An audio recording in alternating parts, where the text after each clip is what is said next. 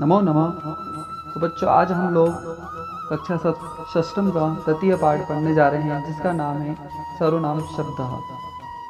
सर्वनाम शब्द पढ़ने से पहले सबसे पहले हम लोग इस टेबल को समझ लेते हैं, ताकि आप लोगों को यह पाठ समझने में ज़्यादा परेशानी नहीं आए। तो आपको यहाँ पर दो टेबल दिख रही होगी, एक यहाँ पर दे रखी है पुरुष वाली और यहाँ पर एक पुरुष वाली। तो सबसे पहले ये जो टेबल आपको दे रखी है, यह आपकी सर्वनाम की टेबल है, सर्वनाम शब्द की टेबल है, जो आप लोगों को उसमें यूज़ होगी, काम में आएगी। एक ये है आपकी लकार संबंधी टेबल, जिसमें हम लट लकार के टेबल भी बोल सकते हैं। ये लट लकार की टेबल है। तो सबसे पहले अपन सामान्य से जानकारी ले लेते हैं कि इस टेबल में है क्या क्या। सबसे पहले देखिए, आप लोगों को यहाँ दे रखे पुरुष। पुरुष जो होते हैं तीन होते हैं इसके अंदर, प्रथम पुरुष, मध्यम पुरुष और ये होता है उत्तम पुरुष। जो कि यहाँ प्रथम पुरुष छपा हुआ है, जो कि गलत है। यहाँ होगा उत्तम पुरुष, उत्तम पुरुष होगा। अब हम लोग जान लेते हैं सबसे पहले पुरुष के बारे में। पुरुष होते क्या हैं। तो पुरुष जो होते हैं, जो इंग्लिश के अंदर हम लोग उसको पर्सन के रूप में पढ़ते हैं, फर्स्ट पर्सन, सेकेंड पर्सन और थर्ड पर्सन। उसी तरह संस्कृत के अंदर भी थ्री पर्सन्स होते हैं। प्रथम पुरुष यानी कि थर्ड पर्सन, मध्यम पुरुष यानी कि सेकेंड पर्सन और उत्तम पुरुष यानी कि फर्स्ट पर्सन। जैसे कि थोड़ी देर के लिए मैं एग्जांपल के रूप में बता रहा हूँ। जैसे मैं आपसे बात कर रहा हूँ, है ना, मैं आपसे बात कर रहा हूँ, तो मैं हुआ फर्स्ट पर्सन अर्थात उत्तम पुरुष, मैं उत्तम पुरुष। और मैं अगर आपसे बात कर रहा हूँ तो आप मेरे लिए मध्यम पुरुष यानी कि सेकेंड पर्सन। अगर मैं किसी तीसरे के बारे में अगर बात करता हूँ तो वो हुआ थर्ड पर्सन, यानी कि वो होगा प्रथम पुरुष। आया समझ में? उत्तम पुरुष, मध्यम पुरुष और प्रथम पुरुष। उसी तरह से यहाँ पर वचन दे रखे हैं, थ्री वचन दे रखे हैं, एक वचन, द्विवचन और बहुवचन। संस्कृत में तीन वचन होते हैं, एक वचन, द्विवचन और बहुवचन। वैसे इंग्लिश में दो ही वचन होते हैं, एक होता है उसके अंदर एक वचन और बहुवचन, सिंगुलर और प्लूरल। लेकिन संस्कृत में एक वचन एक एक्स्ट्रा होता है, वो होता है द्विवचनम। तो एक वचन अर्थात जहाँ पर हम किसी एक की बात अगर करते हैं तो वहाँ वो एक वचन के अंदर आता है। द्विवचन अगर हम किसी दो की बात करेंगे तो वो द्विवचन के अंदर आता है। और बहुवचन यानी कि हम लोग अगर एक से ज़्यादा की, दो से ज़्यादा की अगर बात करें तो बहुवचन के अंदर वो आता है। ठीक है। सबसे पहले प्रथम पुरुष।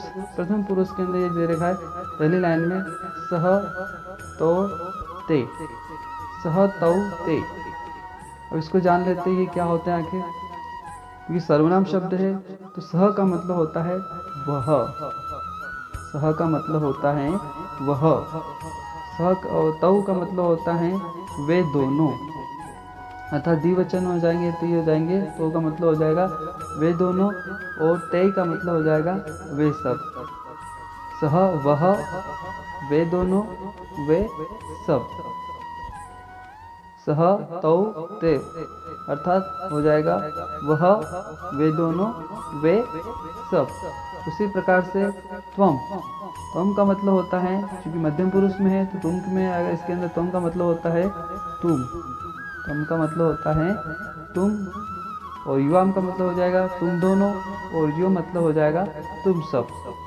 तुम, त्वम, युवाम, युयम अर्थात तुम दोनों और तुम सब। इसके बाद आता है लास्ट में अहम। अहम, हम का मतलब होता है यहाँ पर मैं। अहम मतलब होता है मैं। अगर एक वचन हो तो मेरी अगर मैं बात कर रहा हूँ तो मैं बोलूँगा। द्विवचन अगर होगा तो हम दो हो जाएंगे, तो हम दोनों। और बहुवचन में हो जाएगा हम सब। आगे समझ में? एक बार फिर से रिपीट करते हैं। सह का मतलब होता है वह, त्वम का मतलब होता है तुम, और हम का मतलब होता है मैं। सह तौ ते वह, वे दोनों, वे सब। त्वम तुम, युवाम तुम दोनों, युवम तुम सब। अहम का मतलब होता है मैं, अहम आवाम हम दोनों, वयम हम सब। इससे आपको ये टेबल समझ में आ गई होगी। तो ये थी आप लोगों की सर्वनाम की टेबल, कि हम लोगों को अगर एक की जगह अगर किसी की बात करनी है तो हम लोग अगर एक होगा प्रथम पुरुष तो वहाँ सह यूज़ करेंगे, मध्यम पुरुष में अगर कोई होगा तो वहाँ पर तुम यूज़ करेंगे त्वम, तुम के लिए त्वम, और मैं के लिए हम अहम यूज़ करेंगे। ठीक है, चलिए उसके बाद अगली जो आपको टेबल दे रखी है वो लकार संबंधित है, जिसके अंदर ये लट लकार की है, जिसके अंदर प्रथम पुरुष की है। यहाँ पर एक धातु चला रखी है, उस धातु में धातु चला रखी धातु है पठ। और कल जैसे कि आपको हमने बताया था कि यहाँ पर वचन के अनुसार उसके अंदर अलग अलग प्रत्यय लगा दिए जाते हैं। जैसे प्रथम पुरुष, तो प्रथम पुरुष के अंदर ती लगाया, एक वचन में ती, पठती, पठतः, पठन्ति। एक वचन होगा तो पठती, ये किसके लिए होगा? प्रथम पुरुष के लिए, पठती, पठतः, पठन्ति। उसी प्रकार से अगर पठती, पठता, पठन्ति, मध्यम पुरुष के लिए हम लोग यूज करेंगे पठसी, पठतः, पठतः। उत्तम पुरुष के लिए पठामी, पठावह, पठामह। आ रहा समझ में? यानी कि इसके ये वर्तमान काल की है, जिसके अंदर पठ मतलब धातु होता है पढ़ना। तो जैसे कि अगर हमको कुछ सेंटेंस बनाना है, जैसे फॉर एग्जाम्पल के लिए हम लोग बोलते हैं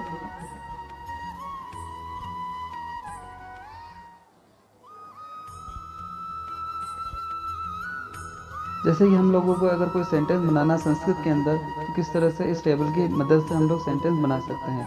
जैसे कि आपको बताया गया था कि स का मतलब होता है वह, सह का मतलब होता है वह। तो हम लोग और वह को अगर हम लोग इस तरह से बनाते सेंटेंस, जैसे कि वह पढ़ता है, वह पढ़ता है, वह पढ़ता है। तो वह पढ़ता है, इसके लिए हम लोग क्या करेंगे? प्रथम पुरुष है, चूंकि वह को हम बोलते हैं संस्कृत में सह। क्या बोलते हैं? सह। और पढ़ने के लिए आता है पठ। तो हमको उसी टेबल में से, जैसे एक वचन है तो यहाँ एक वचन को प्रथम पुरुष की लाइन में हम लोगों को देखना है और वही वर्ड आपको वहाँ से लेना है। तो ये हो जाएगा सह पठती। क्या हो जाएगा? सह पठती, वह पढ़ता है। ठीक है, जैसा कि अगर हम लोगों को लिखना है वे दोनों पढ़ते हैं, वे दोनों पढ़ते हैं, तो वे दोनों के लिए हमको पता है, इसका लिए हम बोलते हैं तौ। और पढ़ने के लिए जब पठतः, तो इसके अंदर हम लोग यूज करते हैं वे तौ पठतः। तो ये हो जाएगा तौ पठतः, तो पठतः। ठीक है, जैसे कि तौ पठतः हो जाएगा। वे सब पढ़ते हैं तो ते पठन्ति। यानी कि प्रथम पुरुष में अगर लाइन ले रहे हैं तो प्रथम पुरुष की लाइन में हम लोगों को यहाँ पर उसमें से धातु ऐड उसके अंदर करना है। वह पढ़ता है तो सह पठती, वे दोनों पढ़ते हैं तो तौ पठतः, वे सब पढ़ते हैं तो ते पठन्ति। ठीक है, उसी तरह से मध्यम पुरुष में त्वम का मतलब होता है तुम पढ़ते हो। तुम पढ़ते हो के लिए आएगा उसके अंदर त्वम। तुम पढ़ते हो के लिए क्या आएगा? त्वम। तो हम लोग बोल सकते हैं त्वम पठसी। तुम पढ़ते हो, तुम दोनों पढ़ते हो तो युवाम पठतः। तुम सब पढ़ते हो तो युयम पठतः। ये हो जाएगा मध्यम पुरुष के लिए। तुम पढ़ते हो तो त्वम पठसी, तुम दोनों पढ़ते हो तो युवाम पठतः, और तुम सब पढ़ते हो तो युयम पठतः। ठीक उसी तरह से हम बात करते हैं उत्तम पुरुष की। अगर उत्तम पुरुष में आप लोगों को कुछ सेंटेंस बनाना है तो इस तरह से बना सकते हैं, जैसे कि मैं पढ़ता हूँ। तो मैं के लिए आता है अहम पठामी। हम दोनों पढ़ते हैं तो आवाम पठावह। हम सब पढ़ते हैं तो वयम पठावह। ठीक है, तो जैसे कि मेरे हिसाब से आपको समझ में आ ही गया होगा कि किस तरह से इस लकार का धातु का हम लोग उसको यूज कर सकते हैं। चलिए तो हम अपना आज का लेसन स्टार्ट करते हैं।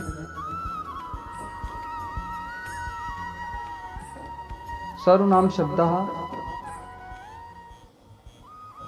भाग 1।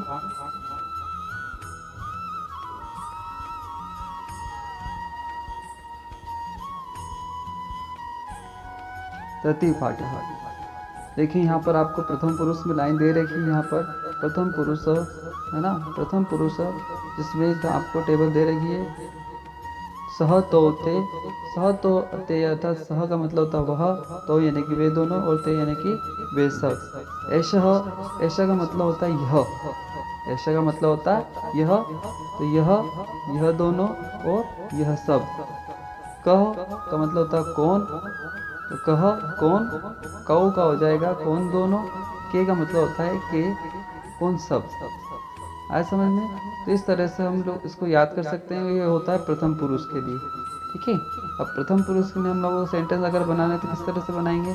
जैसे कि आपको यहाँ दिख रहा है कि एक बालक बैठा हुआ है ना, और वो क्या कर रहा है, पढ़ रहा है। तो सबसे पहले तो हम बताएंगे वह कौन है, वह एक बालक है। वह कौन है? एक बालक है। तो हम इसके लिए यूज करेंगे सह बालक, सह बालक। अब चूंकि क्या कर रहा है, वो लिखने का काम कर रहा है, तो हम लिखने के लिए हमारे पास धातु होती है लिख, और उसका प्रत्यय हम लोग लगाते हैं ती, तो हो जाएगा सह लिखती। सह बालक, वह बालक है, वह बालक वह लिखता है। तो पूरा सेंटेंस हम बोलेंगे कि वह बालक लिखता है, तो इसके लिए हो जाएगा सह बालक लिखती, सह बालक लिखती। हमने आपको कल बताया था अगर एक वचन होगा तो हम लोग उसके लिए बालक यूज करेंगे, है ना, क्योंकि ये एक ही बालक है इसलिए हम इसको बालक ही बोल रहे हैं। तो सह बालक लिखती। ठीक है। नेक्स्ट यहाँ पर आपको दो बालक दिख रहे हैं, क्योंकि द्विवचन हो गए हैं। तो द्विवचन के लिए हमारे पास यहाँ पर दे रखा है तौ, है ना, दो की अगर किसी की बात करेंगे तो तौ बालको, यहाँ पर बालक से हो जाएगा बालको, क्योंकि ये भी क्या है, द्विवचन है। बालक एक वचन में बालक है और द्विवचन में बालको, तो बालको, वे दोनों बालक, वो दोनों लिखते हैं तो तौ लिखतः। अब एक पूरा सेंटेंस बनाएंगे तो बालको लिखतः, वे दोनों बालक लिखते हैं। ठीक है। नेक्स्ट, अब बहुत सारे बालक हैं, 2 से 3 से 4 से, मतलब 3 से अधिक है, यहाँ तक बहुवचन में आते हैं। तो बहुवचन के लिए होता है वे सब, है ना, वे सब तो होगा ते, वे सब के लिए हो जाएगा ते, ते बालका, ते बालका। यहाँ पर ते बहुवचन के लिए, वे सब के लिए हो जाएगा ते, और बहुवचन है चूंकि बालक तो हो जाएगा बालका, ते बालका। वे सब लिखते हैं, वे लिखते हैं तो ते लिखंती, और वे सब बालक लिखते हैं तो हो जाएगा ते बालका लिखंती। एक पूरा सेंटेंस आपका इस तरह से बन जाएगा। ठीक है। जैसे उस टेबल में हम लोग उस टेबल के अनुसार करा था, इस तरह से हम लोग इसके अंदर भी कर सकते हैं। एक बार और समझ लेते हैं। सह बालक, वह बालक, सह लिखती, वह लिखता है, सह बालक लिखती, तो सह वह बालक लिखता है, सह बालक लिखती। जैसे अगर हम लोग द्विवचन के लिए बनाए तो वे दोनों लिखते हैं तो तौ बालको, और वे दोनों लिखते हैं तो वे दोनों बालक है तो तौ बालको, और वे दोनों लिखते हैं तो तौ लिखत, और पूरा सेंटेंस हो जाएगा तो बालको लिखत। उसके बाद है ते बालका, वे सब बालक, वे सब लिखते हैं तो ते लिखंती, और वे सब बालक लिखते हैं तो ते बालका लिखंती। ठीक है। अब नेक्स्ट है आपका एषः चषकः, एषः चषकः, ऐसा चषक यानी कि होता है यह गिलास, चषक का मतलब होता है गिलास, ऐसा का मतलब होता है यह। अब आपको मैं बताता हूँ, सह, सह का मतलब होता है वह, और ऐसा का मतलब होता है यह। आपको पता ही होगा कि सह का यूज कहाँ करते हैं, सह यानी वह जो होता है, कोई चीज़ हमारे से दूर अगर होती है तो हम बोलते हैं वह, अगर कोई पास होती है तो हम लोग उसके लिए करते हैं यह, है ना।